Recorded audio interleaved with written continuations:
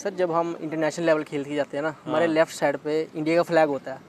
तो जब हम वहाँ जाते हैं तो हमारा लेवल इस लेवल पे होता है कि हम बता नहीं सकते आपको, इतनी खुशी होती है। क्योंकि जो अदर फॉरेनर्स होते हैं वो हमारे साथ आते हैं, पिक लेते हैं कि आप इंडिया से हो, इतना खुश होते हैं। लेकिन जब हम इंडिया में आते हैं तो हमारा कोई ऐसे होता ही नहीं सर, ऐसा कुछ कि जैसे हम एक्सपेक्ट कर सकते हैं वैसा तो क्या हो सकता है सर। ऐसा क्यों? सर अब वो तो क्या कह सकते हैं सर। नहीं, आप वर्ल्ड लेवल पे खेल करके आए तो कठुआ में जब आए होंगे, जाहिर सी बात है सम्मानित तो किया गया होगा आपको।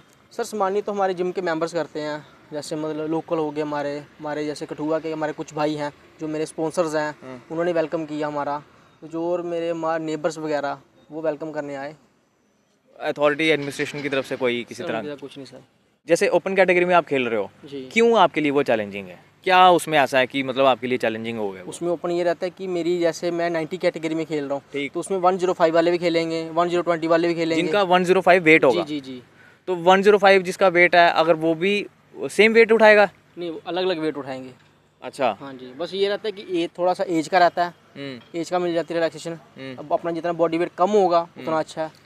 मिसाल के तौर पे आपका 90 केजी है, जी मेरा 105 है, जी। तो हमें सेम वेट उठाना है? नहीं, अलग अलग आपकी कैटेगरी, आपका आपने जो वेट चूज़ किया होगा वहाँ वेट अपनी मर्जी चूज़ कर सकते हैं। जो लिफ्टें होती हैं वो आपकी मर्जी तय की जाएंगी। ये खुद की चॉइस होती है कि ओपन कैटेगरी में हम खेल रहे हैं तो कोई भी वेट उठा सकते हैं? जी, प्रैक्टिस पे है ना सर, जैसे प्रैक्टिस करोगे, जितनी प्रैक्टिस करी होगी उसी हिसाब से खेलोगे आप। World raw power lifting association जो है वो नेशनल, इंटरनेशनल और एशिया लेवल पे जो है वो पावर लिफ्टिंग चैंपियनशिप करवाती है, जिसमें अलग अलग जगहों से जो है वो पार्टिसिपेंट आए होते हैं नेशनल इंटरनेशनल लेवल पे और अलग अलग मुकाम हासिल करते हैं। मेरे साथ इस वक्त उमेश कुमार कठुआ से हैं, जिन्होंने रिसेंटली दिल्ली में एशिया पावर लिफ्टिंग चैंपियनशिप हुई थी, उसमें उन्होंने सेकंड पोजीशन हासिल करी है। इससे पहले रशिया में जो है वो इंटरनेशनल लेवल पे चैंपियनशिप हुई थी। उमेश, आपने अभी पार्टिसिपेट करा था एशिया में जो चैंपियनशिप हुई, तो कैसा एक्सपीरियंस रहा आपका, बताएं ज़रा। काफ़ी अच्छा एक्सपीरियंस था। हम यहाँ से 20 तारीख को निकले थे, तो 21 तारीख को हमारी वेइंग थी और 22 को मेरी चैंपियनशिप थी। तो काफ़ी अच्छा रहा वहाँ, मतलब काफ़ी सारे पार्टिसिपेंट थे, मतलब इंडिया से भी थे, इंडिया के बाहर से भी थे, अदर कंट्रीज़ के थे। तो काफ़ी अच्छा रहा, काफ़ी अच्छी गेम रही पावर लिफ्टिंग। मुझे एक चीज़ बताओ, जैसे आप वहाँ पे एशिया लेवल पे आप खेल करके आए हैं अभी, तो आपको किस तरह से आपकी सिलेक्शन हुई थी? कैसे सिलेक्ट किया गया था आपको? कोई आपकी यहाँ पे ट्रायल हुआ था किसी तरह का कुछ? जी जी, पहले हम स्टेट में खेले थे। अच्छा। स्टेट खेल के फिर उसके बाद एशिया हुआ हमारा। तो जैसे स्टेट खेले तो उसके बाद एशिया के लिए सिलेक्शन हुई। तो हम 20 तारीख को निकल गए थे एशिया के लिए। तो हम 22 तारीख को मेरा चैंपियनशिप थी, तो वो खेल ली। तो वो उसमें मेरी सीनियर कैटेगरी में क्लासिक में सेकंड प्लेस आई मेरी। क्लासिक में मतलब क्या, क्लासिक का क्या रहता है? ये एक नेम है या मतलब कोई कैटेगरी होती है? कोई एक कैटेगरी होती है, जैसे कि रॉ पावर लिफ्टिंग होती है, एक्यूब्ड होती है, क्लासिक होती है। अच्छा, नाम है ये अलग अलग? जी जी जी। हाँ, तो इसमें मतलब अलग अलग में ड्रेसिंग सेंस होते हैं। अच्छा। हाँ जी, जैसे नॉर्मल रॉ है तो उसमें रॉ ही होगी, से ओनली सिंगलेट होता है। जो एक्यूब्ड होती है तो एक्यूब्ड का अलग से सिंगलेट होता है। तो जो क्लासिक होती है उसका अलग से होता है। उसमें से नॉर्मल होती है कि जो नी रैप्स होते हैं वो थोड़े से अलग होते हैं। आपने कितने केजी में ये पार्टिसिपेट किया है? मेरा 86 बॉडी वेट था, तो मैं 90 क्लास में खेला। 90 क्लास में? जी जी। तो आपके ओपोनेंट जो वहाँ के पार्टिसिपेंट आए थे वो अलग अलग कंट्री से होते, जाहिर सी बात है। जी जी। किसके साथ आपका ज़्यादा चैलेंजिंग था? आपने जो आपका पोजीशन सेकंड आई तो उसके आपके ओपोनेंट में कौन था? ओपोनेंट में तो इंडिया के थे, उड़ीसा के थे, अच्छा। कोलकाता के थे, मुंबई के थे। मतलब काफ़ी सारे, मतलब काफ़ी एक्सपीरियंस रहा खेलने में कि मेरे से सीनियर भी है, मेरी ओपन कैटेगरी थी। तो काफ़ी अच्छा कुछ इतना कुछ सीखने को मिला कि अपने से मतलब काफ़ी एक्सपीरियंस से होल्डर के साथ खेलें। तो मतलब काफ़ी कुछ सीखने को मिला उनसे। आप इससे पहले रशिया में भी पार्टिसिपेट करके आए हैं, वहाँ से आपने 2 गोल्ड ग्रैब करे और आपको एक तरह से जाहिर सी बात है कॉन्फिडेंस तो होगा ही कि अब तो मैं एक इंटरनेशनल लेवल पे खेल करके आया हूँ, 2 गोल्ड ऑलरेडी ग्रैब कर चुका हूँ, तो यहाँ पे एशिया लेवल पे तो इतना ज़्यादा चैलेंजिंग नहीं रहा होगा आपके लिए, ऐसा?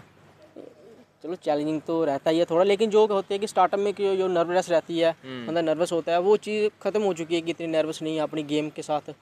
अपनी गेम को ही बस परफेक्ट करना है, जो भी अपना बेस्ट करना है। जो कोच ने, जो हमारे कोच हैं साहिल बालू जी फ्रॉम पटियाला, जो उनकी गाइडेंस में हम ट्रेनिंग कर रहे हैं, 2-2.5 साल से उनकी गाइडेंस में ट्रेनिंग कर रहा हूँ। तो मतलब काफ़ी अच्छी प्रैक्टिस करते हैं हम। जो प्रैक्टिस की है बस उसी को ध्यान में रखते हुए, उसी की जो गाइडेंस में जो हमने वहाँ परफॉर्म किया और सेम ही हमने वहाँ रिजल्ट निकाला, तो काफ़ी अच्छा रहा।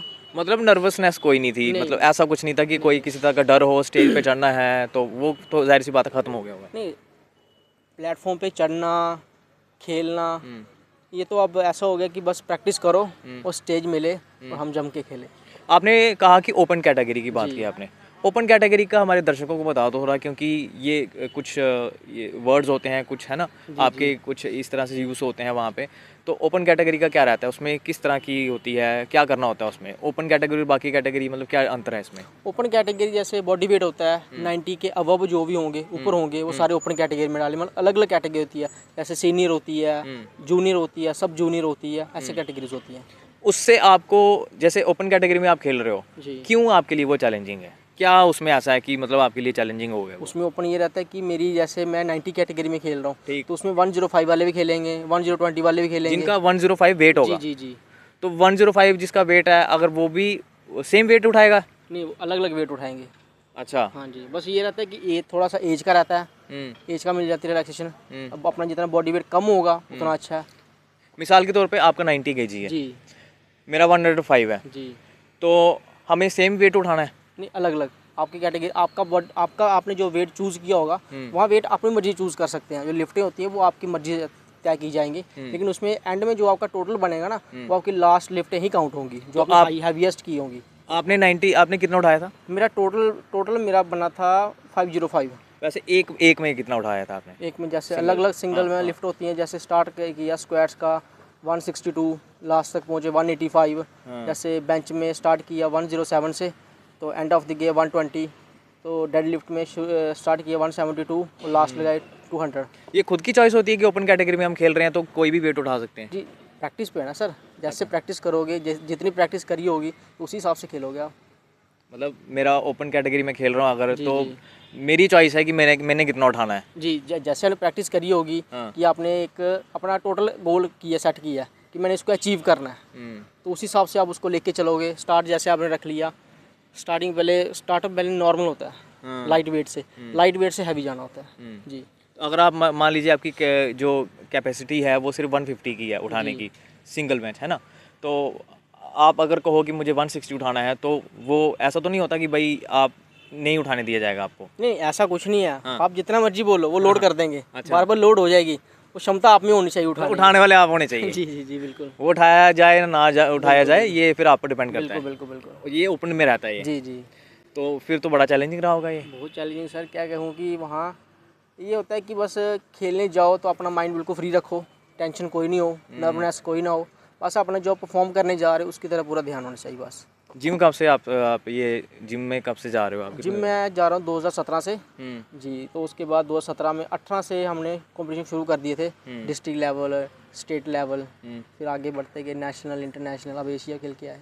आप मुझे बताओ, जैसे लास्ट टाइम भी आप एशिया से रशिया से होकर के आए, जब आपने इंटरनेशनल खेल करके आए, 2 गोल्ड आपने हासिल करे, जी सर। तो यहाँ पे गवर्नमेंट की तरफ से आपको कोई फेलिसिटेट किया गया या किसी तरह का आपको कोई ऐसा कुछ यानी कि जैसे मेडल आपने गले में पहना हुआ है, तो कुछ ऐसे आपको सम्मानित किया गया या कोई ऐसी आपको फैसिलिटीज़ मिलती हैं गवर्नमेंट की तरफ से? सर फैसिलिटीज सिर्फ सर 26 जनवरी को उन्होंने सम्मानित किया था। अच्छा। हाँ जी, तो उसके और तो कुछ नहीं, मतलब कोई प्राइज़ वगैरह जैसे हो गया कुछ, किसी भी तरह का होता है ना, मतलब कि आप इतनी दूर से खेल करके आए हो, इंटरनेशनल लेवल पे खेल करके आए हो, तो गवर्नमेंट की तरफ से कोई ऐसी सपोर्ट आपको किस तरह की मिलती है, किस तरह की आपको मतलब एकोमोडेट किया जाता है गवर्नमेंट की तरफ से? नहीं सर, इस तरीके का सर आज तक कुछ हुआ नहीं है, लेकिन अदर स्टेट्स में, हरियाणा में हो गया, यूपी में हो गया, वहाँ तो एथलीट्स को काफ़ी रिस्पेक्ट मिलती है। तो वहाँ अभी ऐसा, यहाँ हमारे JNK में ऐसा कुछ देखने को नहीं मिला। अभी इतनी देर हो गई, ऐसा तो हमारे साथ कभी कुछ हुआ नहीं है। मतलब आप क्या एक्सपेक्ट करते हो कि गवर्नमेंट को आपको किस तरह से आपको मतलब असिस्ट करना चाहिए? सर जब हम इंटरनेशनल लेवल खेल के जाते हैं ना, हमारे लेफ्ट साइड पे इंडिया का फ्लैग होता है। तो जब हम वहाँ जाते हैं तो हमारा लेवल इस लेवल पे होता है कि हम बता नहीं सकते आपको, इतनी खुशी होती है, क्योंकि जो अदर फॉरेनर्स होते हैं वो हमारे साथ आते हैं, पिक लेते हैं कि आप इंडिया से हो, इतना खुश होते हैं। लेकिन जब हम इंडिया में आते हैं तो हमारा कोई ऐसे होता ही नहीं सर, ऐसा कुछ कि जैसे हम एक्सपेक्ट कर सकते हैं वैसा तो क्या हो सकता है सर? ऐसा क्यों? सर अब वो तो क्या कह सकते हैं सर। नहीं, आप वर्ल्ड लेवल पे खेल करके आए, तो कठुआ में जब आए होंगे, जाहिर सी बात है सम्मानित तो किया गया होगा आपको। सर सम्मानित तो हमारे जिम के मेंबर्स करते हैं, जैसे मतलब लोकल हो गए हमारे जैसे कठुआ के हमारे कुछ भाई हैं जो मेरे स्पॉन्सर्स हैं, उन्होंने वेलकम किया हमारा। तो जो और मेरे नेबर्स वगैरह वो वेलकम करने आए। अथॉरिटी एडमिनिस्ट्रेशन की तरफ से कोई किसी तरह? सर कुछ नहीं सर। स्पेशली जो बच्चे 11th-12th में पढ़ते हैं, उनको जिम जाने में बड़ा इंटरेस्ट रहता है। वो कहते हैं कि भाई पढ़ाई बेशक हमारी मिस हो जाए, लेकिन जिम नहीं हमारा मिस होना चाहिए। तो उनके लिए आप क्या कहना चाहोगे, क्या संदेश दोगे उनको? सर जिम तो ये तो है नहीं कि एक दिन में आपका कुछ चेंज हो जाएगा, लेकिन स्टडी का ये है सर, स्टडी सबसे पहले सर। हाँ। स्टडी को पहले टाइम दो, जिम के लिए काफ़ी टाइम पड़ा हुआ है। 12th के बाद आप फ्री हो तो आप जिम ज्वाइन करें, कोई भी स्पोर्ट्स में जाएं, ज़रूरी नहीं जिम जाएं, अदर भी काफ़ी सारे स्पोर्ट्स हैं उसमें जाएं, पार्टिसिपेट करें, अपना बेस्ट करें, अपने मदर फादर का नाम रोशन करें, लेकिन पहले स्टडी ज़रूरी है। बॉडी बाद में भी बन जाती है। जी जी, बॉडी के लिए काफ़ी टाइम पड़ा है, बॉडी 1 महीने में नहीं बनेगी, 1 साल में नहीं बनेगी, कई साल लग जाएंगे सर। जी चलिए बहुत बहुत शुक्रिया। तो ये थे उमेश कुमार हमारे साथ, और इन्होंने एशिया पावर लिफ्टिंग चैम्पियनशिप में जो है वो 2nd पोजीशन हासिल करी। और इससे पहले जैसे कि मैंने आपको बताया कि रशिया में ये वर्ल्ड रा पावर लिफ्टिंग फेडरेशन की तरफ से जो है चैम्पियनशिप हुई थी, वहाँ पे इन्होंने 2 गोल्ड ग्रैब किए थे।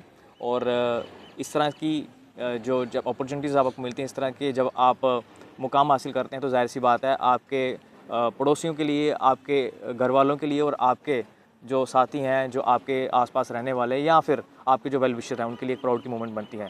तो आप बने रहिए स्टेट लाइन के साथ, इस तरह की और भी आपके साथ मुलाकात करवाते रहेंगे इस तरह के पर्सनैलिटीज़ के साथ। बहुत बहुत शुक्रिया।